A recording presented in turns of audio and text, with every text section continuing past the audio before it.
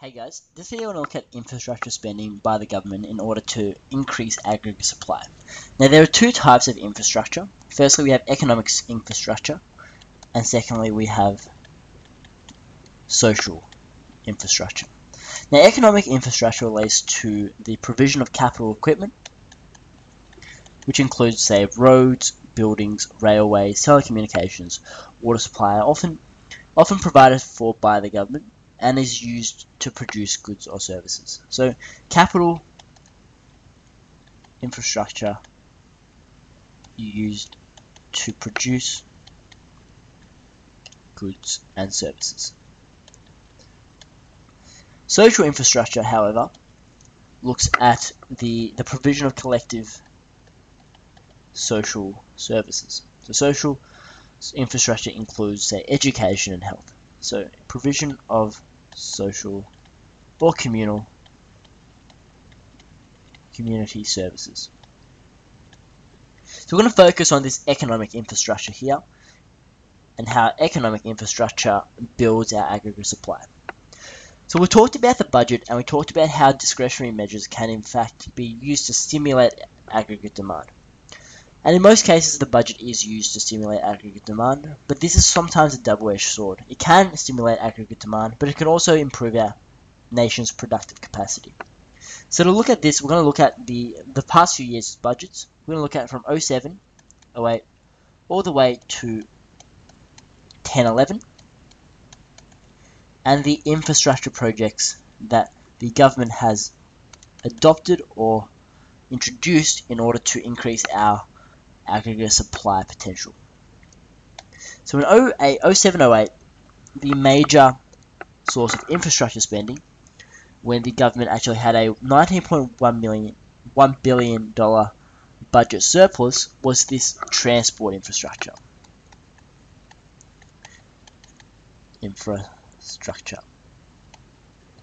Now what this did was it reduced transportation costs between cities, and oftentimes when businesses transfer goods and services, they have the major cost there is freight costs between cities, and the building of roads or rail transport. So roads and rail helped decrease the cost of transport of materials and even goods and services. So that was the work, and they injected around $22 billion over 5 years in this project. So not only did it improve our aggregate supply potential, it also increased employment for those who were working on this project. In 08-09, the major outlay was the special funds for nation building investment. So they built national infrastructure. So what they did was they outlaid around $41 billion, and that is a lot of money, $41 billion in infrastructure spending on roads, ports, education, hospitals, all used to improve not only community services, but our national aggregate supply potential. So this was actually financed through the special funds, so the Building Australia Fund, the Education Investment Fund, and the Hospitals Fund. They financed this project through those three special funds that they've accumulated throughout the years. In the 09-10 budget, again they built national building infrastructure. And in this budget year, they outlaid around another $22 billion on social and economic infrastructure. Now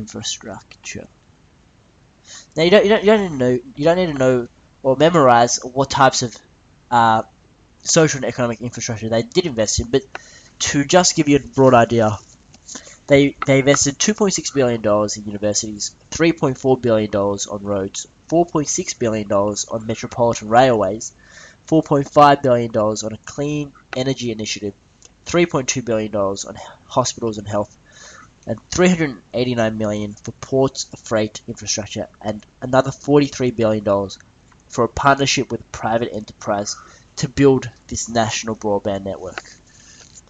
So the major infrastructure there, or economic infrastructure, was this national broadband network, and that greatly improved the speed of internet, and it greatly improved the efficiency of businesses when they dealt with, especially businesses that dealt with using internet or using telecommunications. In the 10-11 financial year, again, they used transport projects,